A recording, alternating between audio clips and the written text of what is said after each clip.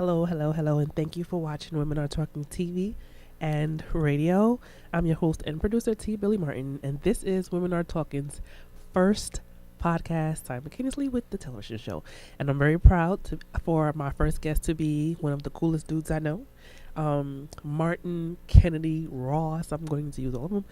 He's the writer of He Said It, I Didn't, which from the site sheds a whole new light on the reality of Christianity. Kennedy gives no holds barred interpretation excuse me, an explanation of the Bible, all wrapped up in a package of irrelevance, sarcasm, humor, and reason. And I will add perseverance. So I'm just going to get right into it. Hey, how are you? Good. How are you? Excited about your book? Actually, I am. Right? I am, because you're right. It's been a while. It's been a very long time. You want to say how long? I actually wrote the book somewhere about 8 to 10 years ago. You started, let's say you started the book. Right. 8 to 10. Why the long break? Well, so basically, if I may, the reason I wrote the book was because I was planning on doing filming a documentary on the Black Israelites. Oh. Anybody who's at least in Brooklyn, I think I heard that they were in Philadelphia and some other urban cities, but they're a group of brothers dressed in pseudo-Islamic garb, screaming at people. And we're all familiar of them around New York. Right, exactly. Mm-hmm. So I find these dudes incredibly entertaining. Yes. But they also saying really horrible, harsh things, and they claim it's backed by the Bible. So I never, to my knowledge, I didn't know of anyone who'd done any interview with them or any work on them or anything like that. So I was like, I'm going to do it. I'm going to do a documentary on the Black Israelites.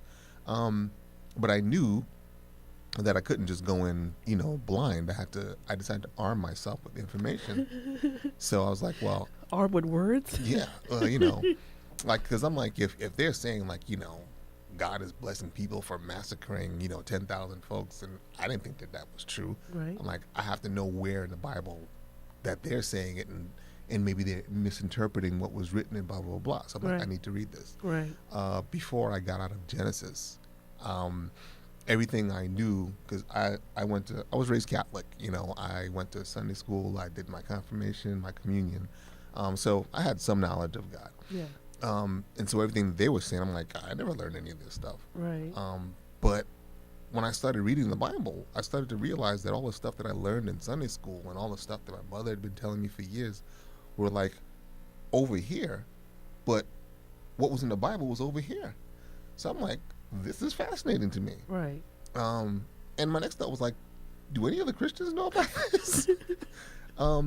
Yes. So, so I was like, I had to put the documentary on the back burner, and I'm like, I have to write about this. So I spent the next year and 3 months reading the Bible. I took a 3 or 4 month break because my brain was burning. Right.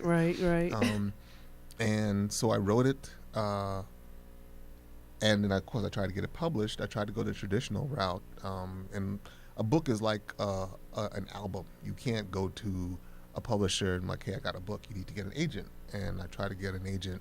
I still have the 88 rejection letters. Oh. That I got from. That hurt my heart. Ouch. That I got from literary agents, and you kept them? I kept them. I did keep them. They were in my mother's garage for most of those 8 years, those 10 years.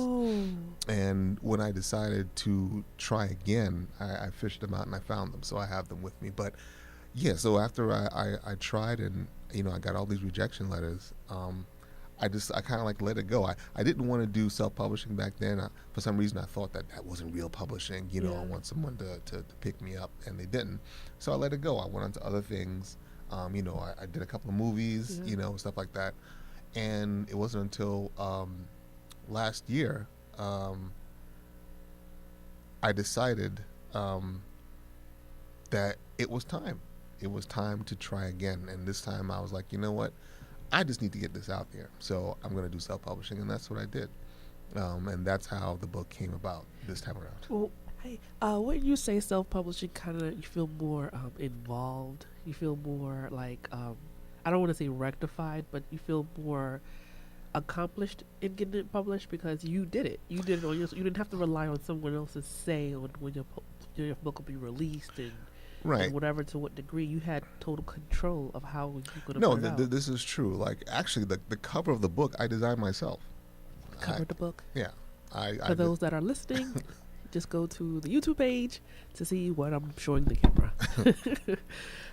So no, absolutely. And it's a very interesting cover. I gotta say, you have like the Ten Commandments in Greek, Hebrew, in Hebrew, both of them, and it's like when you first look at it, I'm like, okay, this is a Christian book, but then the title kind of throws you. Let you know it's not. Wait, no, that's my interpretation. That's the face of God, as far as I'm concerned. The Ten Commandments. You know, because the tablets are the eyes, his lightning bolts are the eyebrows. Eyebrows, right? And the those are his jailhouse tats. The Exodus 3. Leviticus. On his face. Job. Yeah, that's his face. Yeah, so you know, and I use the background. The background is actually frankincense and myrrh. Yeah, I could see those. Right. Yeah. So you know, like, because that's again to me like that's like the placid, serene part of God that we all know. Yeah. You know, but like I said, after reading the Bible, like, but that's his face. Yeah. You know, You painted him very angry. He paid, and see, this is exactly why the title of the book is what it is. He said, "I did." Right. I didn't paint him angry. He painted himself angry because of all the things that's in there. I mean, he's a rough and tumble dude. Yes, he is. To say the least. To say the least. To say the least. To say the least. When I met you, you weren't very. You were. I would say you were anti-religion. Mm-hmm. Yeah. To say that. To say that. Mm-hmm. Yeah. So, and with you coming to Christianity, it was because of, personal reasons and you taking this journey on.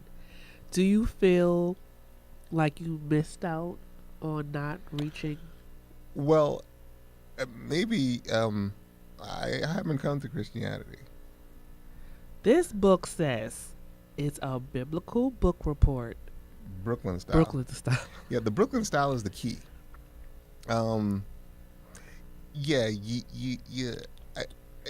the reason why I called it a book report is because I read the Bible as most people don't. I didn't come to it with a preconceived notion of truth and structure and faith. I read it like an encyclopedia. Right. Just what's in there, And when you do that, it takes on a whole different flavor. Like, it's to me, it's very obvious that this was all written by men, and we know what men did it. But I mean, they came up with this stuff. I mean, like I said, there's some horrible stuff in there, Like, and so one of my chapters is called "Can I Get a Witness?" And that's where I actually interviewed what I call 3 biblical experts. And one of them was a religious nut. I mean, he had some crazy theories, but he knew his Bible. Like, there wasn't a question I asked him, and I asked him all the same questions. There wasn't a question I asked him that he didn't know the chapter, the verse, and everything. He was like, oh, you mean da-da-da-da-da-da-da-da-da. I was like, yeah. And then he just went on. So I asked him. Then I spoke to a minister from the Bronx. And one question I asked him was about the book of Job. That's one of the reasons why Job is one of the tattoos on the face. Yeah. Everyone knows the story of Job in general, and people usually use that story to illustrate that if you're faithful to God, that He'll get all you get. You'll be rewarded in the end. Be faithful and patient. What I don't think people know, because I'm guessing most people actually haven't actually read the story of Job, is that how this whole thing started. Satan goes up to God one day, and God starts bragging about Job. Look how faithful Job is. Look how he's a faithful servant, no problems. And Satan's like, well, that's just because you've blessed him with land and this and that. And God's like, oh, yeah? Well, you can take all of that stuff, and I'll tell you, he'll still be faithful. That's a bet. He bet Satan on Job's land, Job's animal, Job's family, because he killed all of them, right? And then Satan came back, and he's like, and God is like, you see, I told you he's still faithful. And Satan was like, well, that's because you didn't harm the man himself. You just took away his things. If you harm him, then he'll definitely turn away from you. And God's like, oh, yeah? Well, you do whatever you want to do, but just don't kill him. And that's where he got hit with the boils and the this and the da-da-da-da. And so I asked the minister, as I was talking about the story of Job, I'm like, why did God have to do that? Like, first of all, he's God. Who cares if Satan doesn't believe you? I'm God. You know, I'm the big guy. Right. But let's just say... And we also know the place of where Satan is coming from. Oh, I understand that. Yeah. But my whole thing is, couldn't God, like, just open up a cloud and, like, well, see, this is what would happen? Yeah. You know, couldn't he have shaken a magic 8-ball and, like, hey, here you go, Satan. Like, this is what was going to happen. But he instead, first of all, he bet on a man's life, or his livelihood, his existence. And then you destroyed it. You eradicated it. You killed his family. You killed his children. You killed his oxen. You took away everything from the dude just to prove a point. And I asked the minister, I'm like, why was that necessary? You're God. You don't have to do this type of stuff. And the minister looked at me. Now, when I when I did this interview, the minister was, I think, something like 52 years old. He told me he had been ordained since he was like 18 or 19. So you're talking about around 30 years. This man has been in the church preaching the word of God. And when I asked him that, I'm like, why was that necessary? Why did he have to do that? He stopped. He looked at me, and he paused, and he was like, you know, that's a good question. I have no answer. What? And he went on to say, you know, I have to tell you, I never thought about that. 30 years in the ministry, and you never questioned that. He's like, he literally said, you made me question my own God now. It's in the book. I don't see it as questioning God. I see it as being very, very curious so you can understand the depth of his faithfulness. Because, you know, my interpretation of that was God was testing, you know, the one thing he don't control is our free will. That's up to us to decide for ourselves on what role we going to take and so on and so forth. He left that up to us. And he banked on Job's love for him to, like, you know, always know that, you know, to believe that God will always got his back, even though all this is happening. So it wasn't the fact that I took it as, it wasn't him testing that his happiness or whatever. It was testing how strong his will is. That's how this is my interpretation of that story. He was testing because if he didn't have that willpower, that faith, not only in God but within himself, he got to believe that, you know, deep down within himself for it to be convicted. So that's why I took that. That's what he was testing. Like, he took all of these things and then said, okay, what you gonna do with it? And Job chose to still remain faithful because he believed that was his choice. It wasn't anybody else choosing it for him. You know what I mean? So that's what I took from it. Well, my pushback, if I may. Yes, pushback. to that is two things. One, and again, I'm mainly going by what I've always known about who God is. Yeah. God knows everything. Yes. So no matter what you decide to do with your free will, God already knows that. So he's not learning anything here. No. So again, to me, it's an unnecessary move for an all-knowing, you know, all-powerful being. My other pushback is, according to the Bible, there actually is no such thing as free will. Ouch. In Exodus, and at least, so again, for those who are unfamiliar, Exodus is where Moses took the Israelites from Pharaoh and they exited out of Egypt. And that's where most of you probably saw the movie, the Ten Commandments. Right. 10 Commandments were all preceded by, they all preceded 10 plagues. in at least 6 of those plagues, before 6 of those plagues, or after them rather, 6 of those plagues were thrust upon Egypt and Pharaoh by God. Pharaoh decided to let the children of Israel go. And then it says, like I said, at least 6 times. And again, for those who may be curious about this, when I wrote this book, I copied the exact words from the Bible. It's in the book. And the book and the chapter and the verses are all listed. So please feel free to get your Bible and follow along, because I am not hiding anything. I am not, Right. corrupting anything.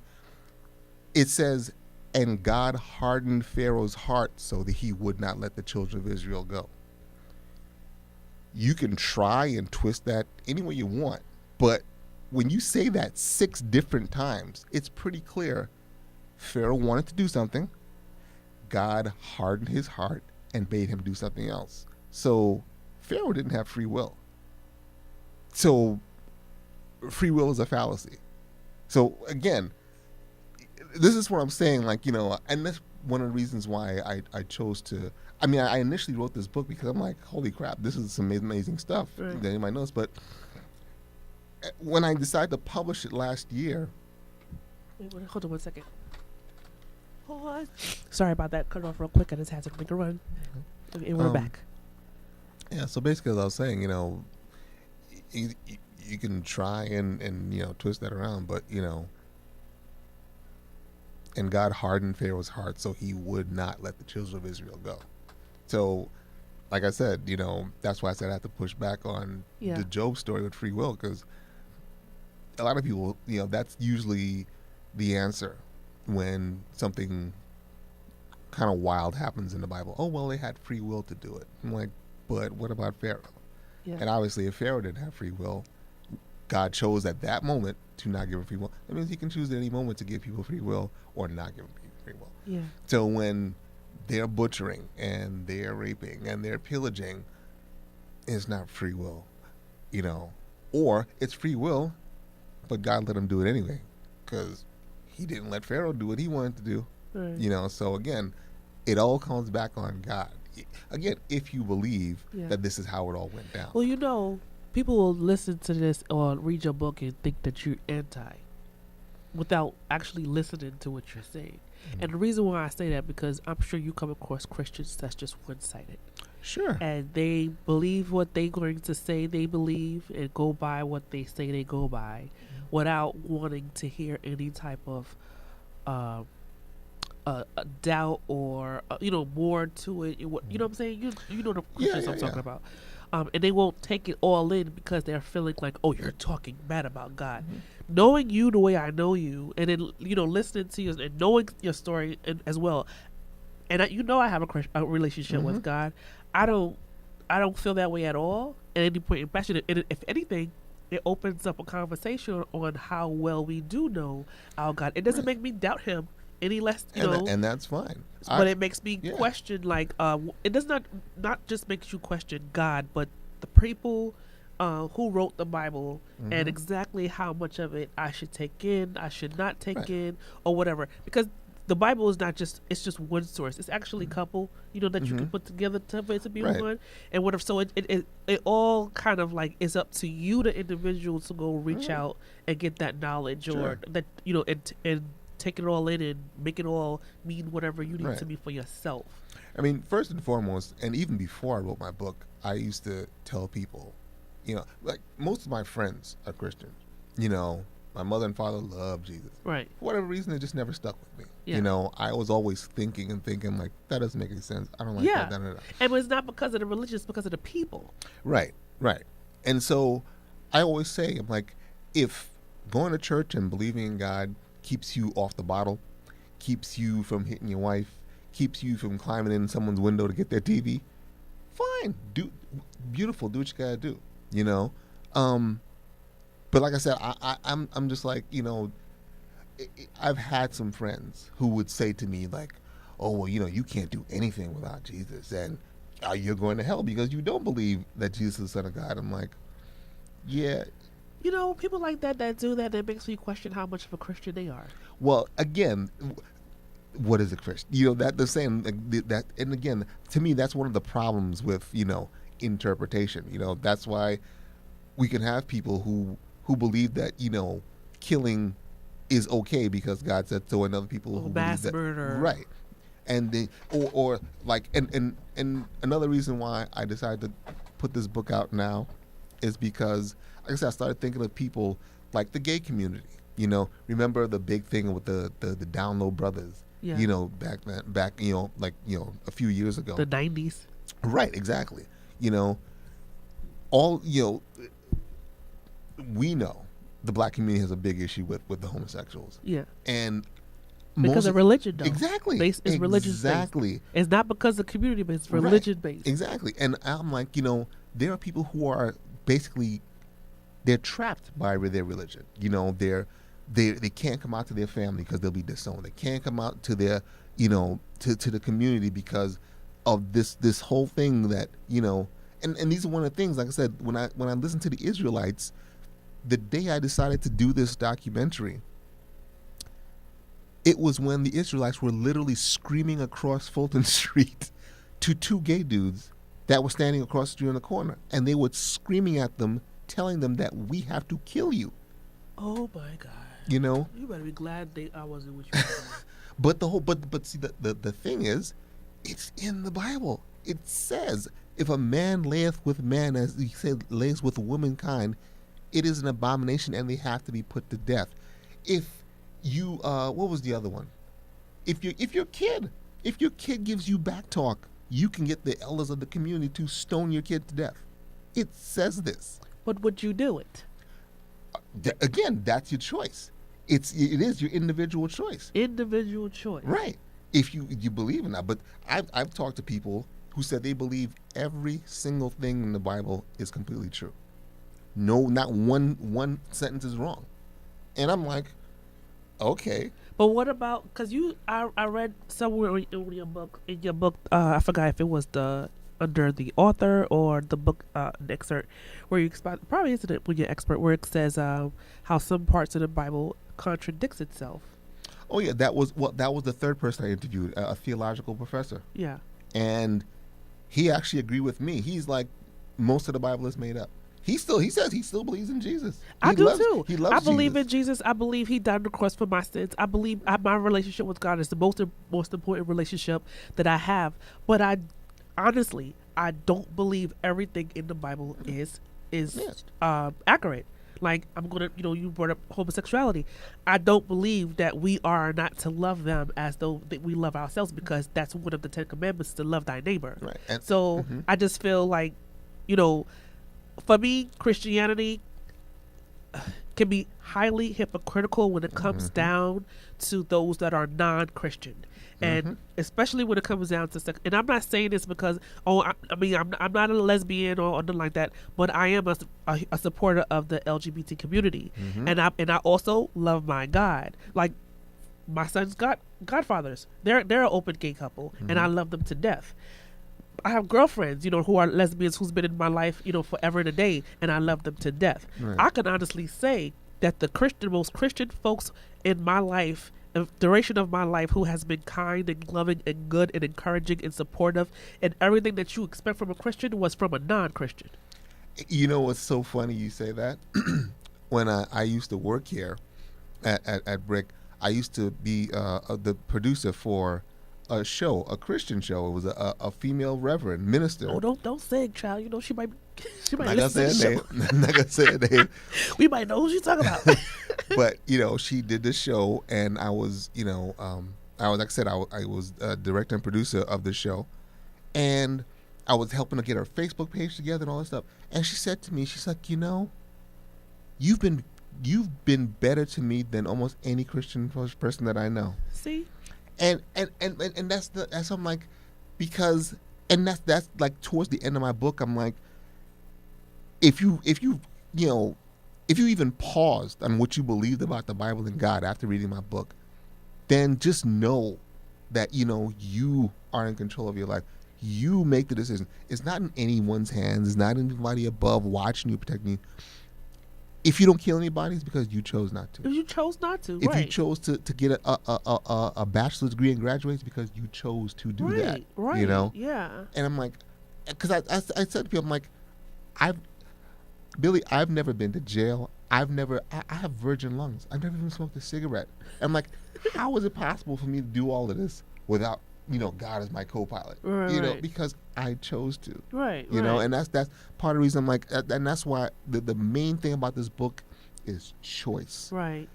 When you read this, you will now have a choice to, now that you fully understand what encompasses that book, now you have a real choice of whether you want to follow along as you have been, or maybe choose something else. Right. When I was reading the Bible to write this book, I spoke to a guy, and we were just talking, and it came up, and I was like, "Yo, did you know that God did da da da da?"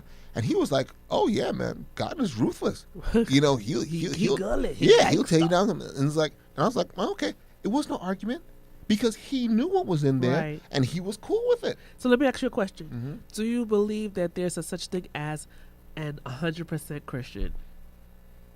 No, it's impossible. Because we're human. And I said that because I have, because I know someone in my life, in my circle, and when she hears this, if she decides to support me and I watch this or listen to this, she's going to know that I asked that question for her in particular, because I don't believe that there's that's why I'm always saying, oh, excuse me, sorry folks, that's why I'm always saying stuff like, I'm not 100% Christian, I'm more 76.2, like I'm not, and I will never front like I'm 100% Christian. Why? Because I didn't walk on water, I didn't die on the cross, I didn't, what I'm saying, my mother was far from a virgin, so like it's not, right. I'm nowhere near that, and unless you are, then you can judge me.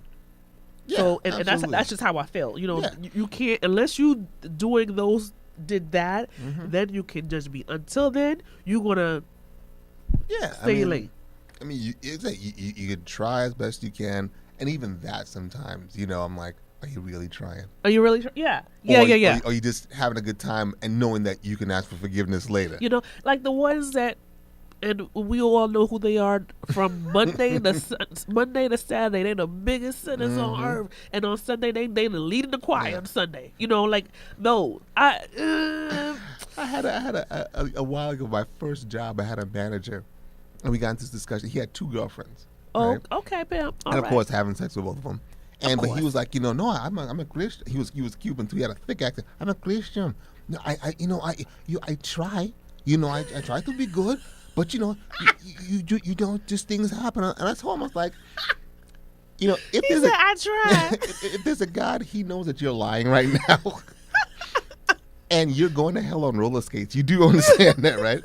Oh, fire. I have 2 girlfriends, but I'm trying to be good. Yeah. Okay, sure. One thing, another question, that's a popular one. Is there any difference in measurement of a sin?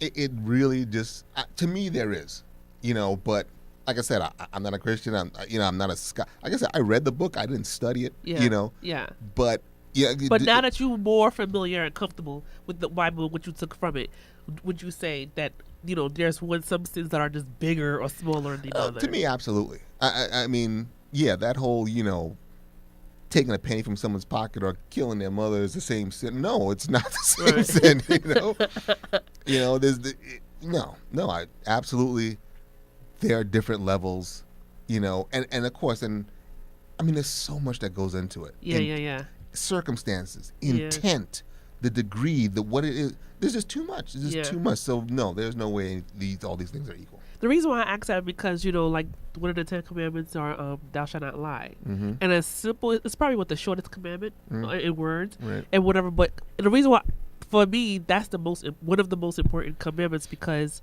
a lie leads to everything else. Every sin begins with a lie. Everyone begins with a lie, even if it's heard or if it's if it's verbalized, whatever. It starts with a lie, lying to yourself, lying to the person you're hurting, lying to whatever. Right. It always begins with a lie, and for me, that's the worst thing you can do is lie to me, because that tells me you're capable of doing anything and everything else. Yeah, I mean, it's like you said, it's certainly interwoven in almost every horrible thing that you can do. So, no, you're right. Yeah. You're right. It's been a really interesting conversation, I gotta say. And we didn't even have wine over either. Well, so, how do you feel about fellow Christians now that you've read the Bible? Again, it depends. Depends on what? It depends on the type of Christian they are. Like you. You seem, like I said, you have, a relationship with God or with Jesus. You try to live your life decently, and for me personally, you don't push your religion and your faith on people and in their face. I don't believe in that. So, and that doesn't make me less of a Christian. And I know some folks that would say that, that you're not. I don't believe I should be doing that, because my relationship with God is mine. Right. And I'm not going to have to you got to love God the way I do because he did this, that, and the third for me. See, your life is your life. Mm-hmm. You didn't go through my struggles. Right. He didn't want you to go through my struggles like he didn't want me to go through yours. So why should I tell you how to worship him or how to praise him when you didn't walk in my steps? Right. I just feel like that's kind of over the top. That's drama. That's attention hungry. Mm-hmm. But that's my thoughts. Yeah, and and that's what I'm saying. Like I said, I wrote the book so people could know. If you read the book and you're just like, wow, that was some crazy stuff, really interesting, but thanks for the exercise, but I'm good. I'm fine with it. Right. Like I said, like I said, now you're armed with the information. Right. There's no more.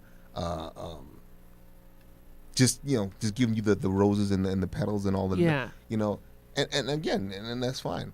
So there are people who are they won't be able to handle that book because their mind, because it's too honest. Yeah, their mind will be chipping away at their faith, and they're gonna have a nervous breakdown.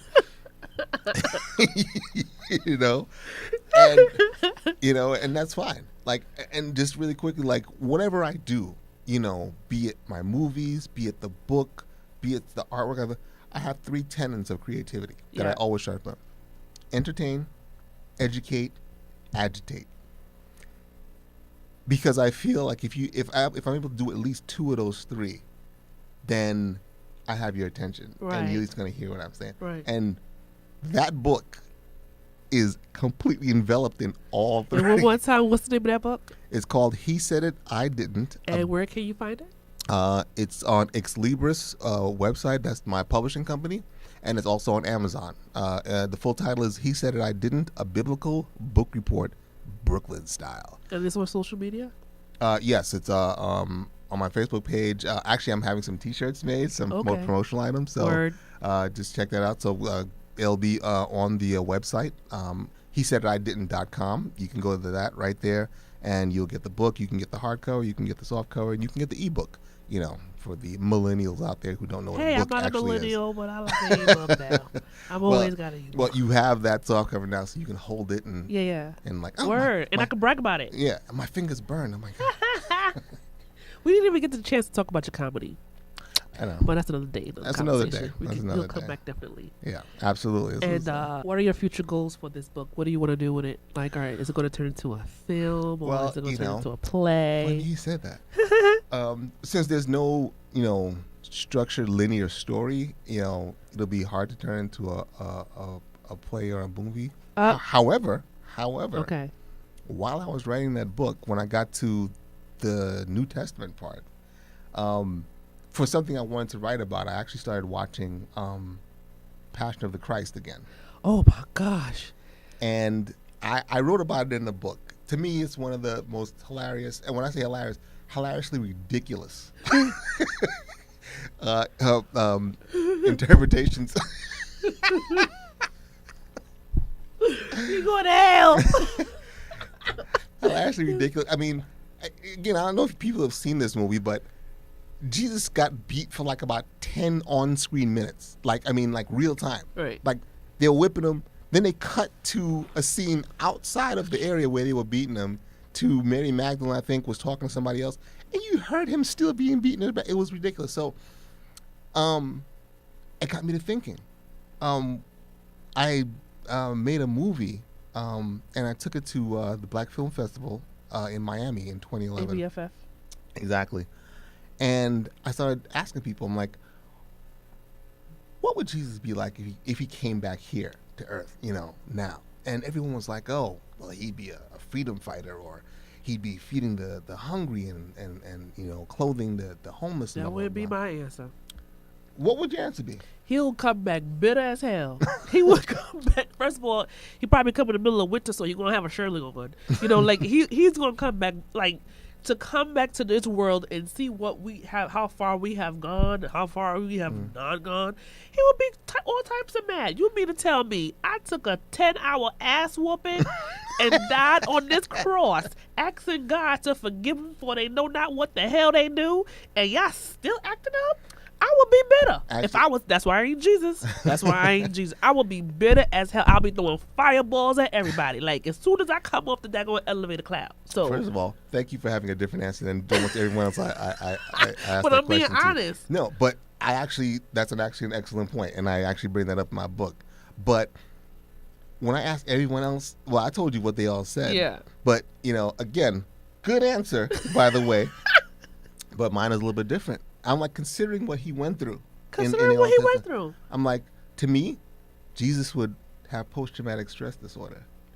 Telling you, he would be going postal in every zip code. He would be suffering from panic attacks.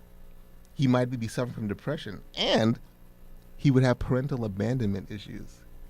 And so I'm like, I'll pose the question, what would Jesus do? So I'm like, what would Jesus do if he had all of these issues? He would seek psychiatric help like everybody else.